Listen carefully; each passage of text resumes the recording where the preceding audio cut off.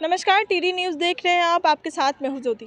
देश में बढ़ रहे ऑनर किलिंग मामले को लेकर आज बिहार लीगल नेटवर्क के द्वारा एक प्रेस वार्ता का आयोजन किया गया। इस प्रेस वार्ता को संबोधित करते हुए सविता अली ने काफ़ी कुछ महत्वपूर्ण बातें ऑनर किलिंग से रखी है।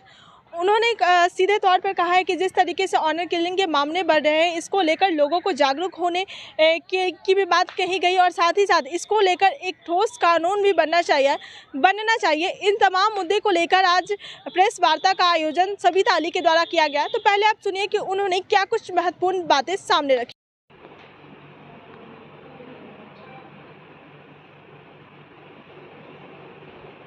उसको किल कर दिया तो क्या, उसके बाद उसके पास कुछ नहीं। तो सबसे जरूरी क्या है, लॉ बनाना या लोगों की सोच को बदलना? क्योंकि लॉ तो बन जाएगा, लेकिन वो लोगों की सोच कैसे बदलेगी, उसके लिए आप क्या पहल करेंगे? देखिए, बहुत जरूरी है कि दोनों चीज बहुत जरूरी है, क्योंकि लॉ अगर होगा तो आपके पास एक चीज होगी कि अगर आपके ऊपर कोई क्राइम हुआ है तो आप कहीं जा सकते हैं। पहला चीज, अगर कानून ही नहीं होगा तो अभी तक जो हो रहा है कि कितने भी मर रहे हैं, पिट रहे हैं, वो कहीं जा नहीं रहे क्योंकि उनके लिए कोई कानून ही नहीं है। अब रहा उसकी इम्प्लीमेंटेशन का, उसको इम्प्लीमेंट कैसे करना है, उसको अवेयर कैसे करना है, लोग उसको कैसे एक्सेप्ट करेंगे। तो जब SC/ST एक्ट आया या अभी भी देखे तो लोगों ने एक्सेप्ट किया। बैनर पे देख रहे हो, इन संस्थाओं के साथ मिलके फैक्ट फाइंडिंग किया है, केस स्टडी किया है, रिसर्च किया है, उसके बाद जो फाइंडिंग्स आई हैं उन सबको लेके इस बिल को ड्राफ्ट करने में उसने मदद की है। तो कहीं ना कहीं जो एक पार्ट है इम्प्लीमेंटेशन का, फैक्ट फाइंडिंग का, रिसर्च का, ड्राफ्टिंग का, वो बिहार लीगल नेटवर्क ने as an Bihar state Bihar state वो उसमें अपनी भूमिका निभाई है। तो क्या ये जो फैक्ट फंडिंग है वो एक नंबरिंग के जैसे है या इसमें जो डिटेल्स डाल रहे हैं इसमें? नहीं, पहले तो फैक्ट फाइंडिंग से समझ में आता है कि किस तरह के केस हुए हैं, नेचर क्या है केसेस का, अब भी उन केस के साथ हो क्या रहा है। दूसरा, उनके जो नंबर है, क्योंकि डाटा में तो हम नंबर देखते हैं फिर कि 10 केस हैं, 20 केस हैं, अगर मैं बिहार से 10 हैं, अदर स्टेट से कितने हैं, तो दोनों लेवल पे, केस के लेवल से भी एक स्टडी के माध्यम जो दलित लोग हैं वो मिसयूज कर रहे हैं या फिर दलित लोग SC/ST एक्ट से परेशान कर रहे हैं, जबकि एकदम गलत है। अभी तक इसका सही यूज ही नहीं हो पाया है। जो अनपढ़ता है वो सबसे ज्यादा दलित समुदाय में है। अगर दलित समुदाय से 100 में से 100 पढ़ लिख जाए तब वो कहीं जाके वो यूज होगा वो एक्ट। तो जहाँ पे तो हमेशा समाज के दो डेफिनेशंस होते हैं, एक एक्सेप्ट करना, दूसरा उसको कन्विंस किस तरह से करेंगे उस एक्ट को लेके। तो अगर ये एक बार एक्ट आ जाता है तो लोगों को अवेयर करना बहुत इजी हो जाएगा इस चीज के लिए। ज्यादा नहीं, क्योंकि इसको एक्सेप्ट करना बहुत मुश्किल है, क्योंकि हम लोग कहीं ना कहीं जो ओन मान सम्मान के लिए अपने बच्चों तक किल कर देते हैं, हम उनसे क्या उम्मीद करेंगे कि वो इसको एक्सेप्ट करेंगे? नहीं करेंगे। लेकिन अवेयरनेस करना और बच्चों को सुरक्षा देना तो इस बिल का काम ही होगा। SC/ST एक्ट आया और आज वो काम कर रहा है। तो सेम जब इतने ओनर क्राइम्स हो रहे हैं तो ये एक बहुत सेंसिटिव और बहुत इम्पोर्टेंट मुद्दा है। ये बिल आना चाहिए बिहार में और हम लोग इसको 2 लेवल पे काम कर रहे हैं एज बिहार लीगल नेटवर्क। पहला, अवेयरनेस, यूनिवर्सिटी में जाके हम लोग सेमिनार कर रहे हैं, स्टूडेंट्स के बीच में जाके, कम्युनिटी में जाके, कि लोग अवेयर हो कि ये बिल क्या है, ये ड्राफ्ट क्या है और ओनर क्राइम है क्या। क्योंकि जब हम अवेयर होंगे तभी हम डिमांड भी करेंगे, तभी हम अपने राइट्स की भी मांग करेंगे। और दूसरे लेवल पे हम MLAs के साथ में बातचीत कर रहे हैं कि आप इसको अच्छे से रीड करें, उसके बाद अगर उनके भी पॉइंट्स है तो उसमें एड ऑन कर सकते हैं, ताकि हम लोग इसको असेंबली में पास करवा सके। अभी तक हम लोगों का इस बिल को लेके इस तरह के फाइंडिंग्स हैं। अभी तक इसको लेकर लोगों के द्वारा क्या सपोर्ट किया गया? आप अलग अलग यूनिवर्सिटीज़ में गई, लेकिन वहाँ यूनिवर्सिटीज़ में जब आपने कंडक्ट किया सेमिनार तो वहाँ क्या रिस्पॉन्स था? वहाँ किस तरीके लोग इसको समझ पाए जो आप समझाना चाहती थी या नहीं? बिल्कुल, देखो, जब भी किसी भी यूनिवर्सिटी हो या फिर जब भी आप पब्लिकली बात करते हो तो 2 रिएक्शन आते हैं हमेशा। वो पॉजिटिव रिएक्शन भी होता है, नेगेटिव भी होता है। तो कुछ हम लोगों को पॉजिटिव रिएक्शन मिले, कुछ नेगेटिव भी मिले, क्योंकि ये आसान चीज़ नहीं है कि आप ओनर क्राइम को लेके बात कर रहे हैं, क्योंकि हम उस सोसाइटी में हैं जहां आज भी अगर आप हिंदू हैं तो मुस्लिम से शादी नहीं कर सकते, अगर आप दलित हैं तो नॉन दलित से शादी नहीं कर सकते। अगर आप ऐसी सोसाइटी में हम लोग हैं तो इसको 100% और दोनों हाथों से लोग एक्सेप्ट करेंगे ये तो बिल्कुल नहीं है। बिल्कुल हम लोगों को थोड़ी दिक्कतें भी आ रही हैं, लेकिन ये शुरुआत है और जब लोग समझेंगे कि ये हर किसी के प्रोटेक्शन की बात है। आज कैसे बच्चों की हत्याएं हो रही हैं, लड़का लड़की सेफ नहीं है। अभी एक केस बिहटा थाने का है, वो लड़का लड़की सीधा भाग के दिल्ली चले गए हैं क्योंकि उनको पता है कि अगर बिहार में रहेंगे तो उनको मार दिया जाएगा। लड़का मुस्लिम है, लड़की हिंदू है। तो ऐसे में कि जो प्रोटेक्शन देने वाले होते हैं, क्योंकि वो उनके माइंड में भी सो कॉल्ड वही सोसाइटी और वही रिलीजन, वही जाति घुसी पड़ी है। तो इन सबको निकालने में और एक लेवल तक आने में, सोच को बिल्ड करने में थोड़ा टाइम लगेगा, और जब तक टाइम लगेगा तब तक एक प्रोसेस है, हम लोग आगे बढ़ते रहेंगे। आप ऑनर किलिंग की बात कर रही हैं और स्पेशली आप बार बार बिहार को मेंशन कर रही हैं, तो ऑनर किलिंग के मामले से बिहार से ही नहीं लेकिन तमाम जगहों से आते हैं।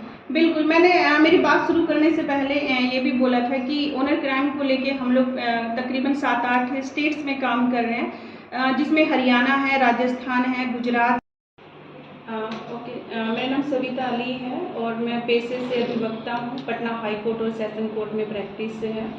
हम लोगों की जो टीम है बिहार लीगल नेटवर्क, वो बेसिकली लीगल राइट्स के ऊपर काम करती है। अलग अलग डिस्ट्रिक्ट्स में फ्री लीगल एक्ट देना, सर्वाइवर को हेल्प करना, उसको रिहेबिलिटेशन के लिए मदद करना, इस तरह से हम लोगों का काम है।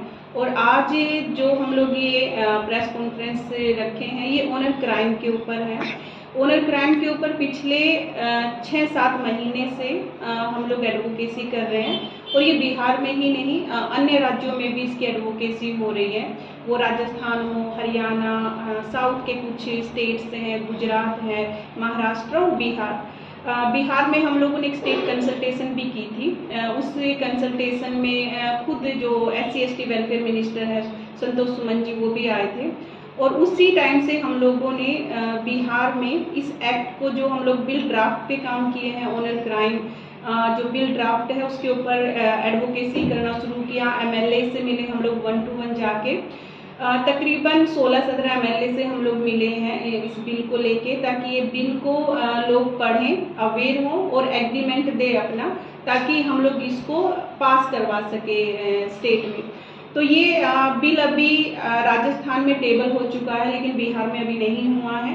बिहार में टेबल होने के प्रोसेस में है, क्योंकि जब तक हमारे पास MLAs का एक अच्छा नंबर नहीं आएगा तब तक इसको हम लोग आगे नेक्स्ट प्रोसेस नहीं कर सकते हैं। बट ये जो बिल है, ये कहीं ना कहीं ऑनर क्राइम जो है उसको एक डेफिनेशन देगा, क्योंकि आप लोग देखते होंगे कि जब भी हत्या के मामले आते हैं तो महज उसको IPC 302 में ही काउंट करते हैं, और FIR में कहीं पे भी ये नहीं होता कि हत्या किस क्रम में हुई है, किस लिए हुई है, इसके पीछे रीजन क्या था। तो कहीं ना कहीं ऑनर क्राइम को एक अच्छी डेफिनेशन देने के लिए, क्योंकि अगर आप एडल्ट हैं और आपके पास राइट टू चॉइस है, आप अपनी मर्जी से शादी कर सकती हैं, प्यार कर सकती हैं, लेकिन जब आप करते हैं तो ये सोसाइटी या फिर समाज के लोग ही उस चीज़ को रोकते हैं करने में।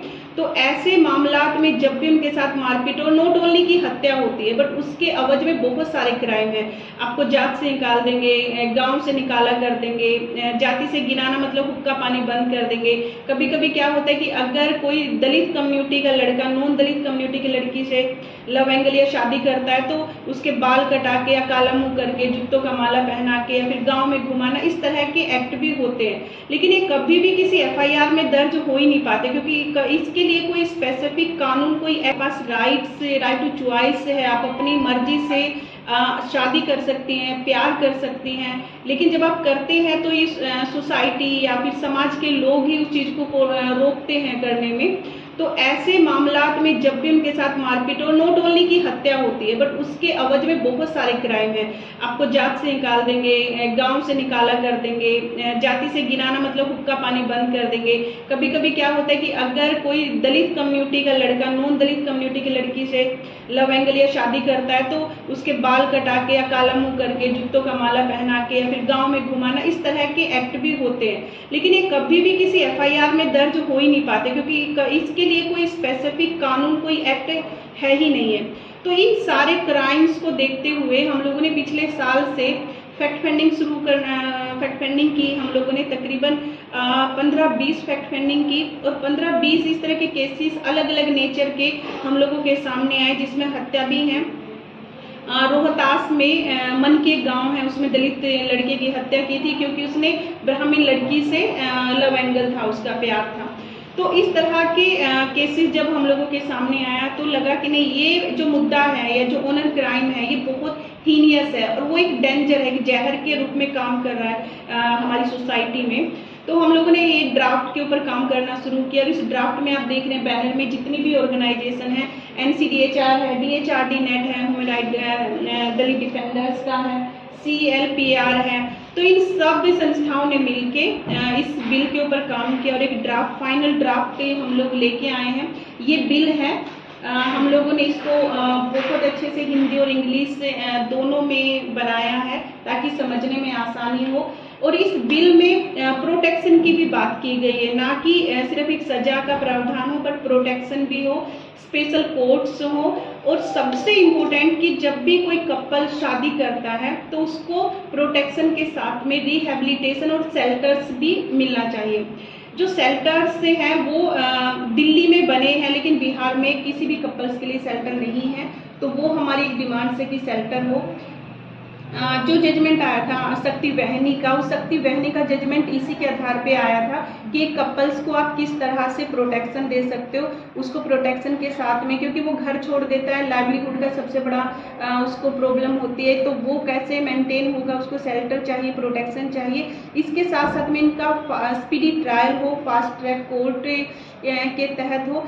अगर याद होगा तो SC/ST एक्ट भी जब आया था, तो जब दलितों के ऊपर एक जाति के आधार पे इतनी अपने बच्चे की या फिर दूसरे के बच्चे की वो हत्या करने का मामला है, तो कम्युनिटी और साथ में जो हमारे लीगल वाले लोग भी हैं, जो अधिवक्ता हैं, तो ये डेफिनेशन थोड़ा क्लैरिटी नहीं है, ना कम्युनिटी में है ना ही औरों में है कि ऑनर क्राइम है क्या, क्योंकि ऑनर क्राइम हम नया नया शब्द अभी समझ रहे हैं। लेकिन जब ये बोलते हैं कि जब दो लोग अंतर जातीय या फिर इंटरकास्ट, इंटर रिलीजन या प्यार करते हैं, शादियां करते हैं, अगर उस तरह की कोई हिंसाएं हैं उसको ऑनर क्राइम, तो डेफिनेशन को डिटेल्ड करने में थोड़ी सी हम लोगों को प्रॉब्लम हो रही है कि नहीं, जितना डिटेल्ड कर रहे हैं उतना वो अच्छे से समझ पा रहे हैं। बट अगर ऐसे बोलते ऑनर क्राइम तो एकदम सर के ऊपर से चला जाता है कि क्या ऑनर क्राइम आ गए।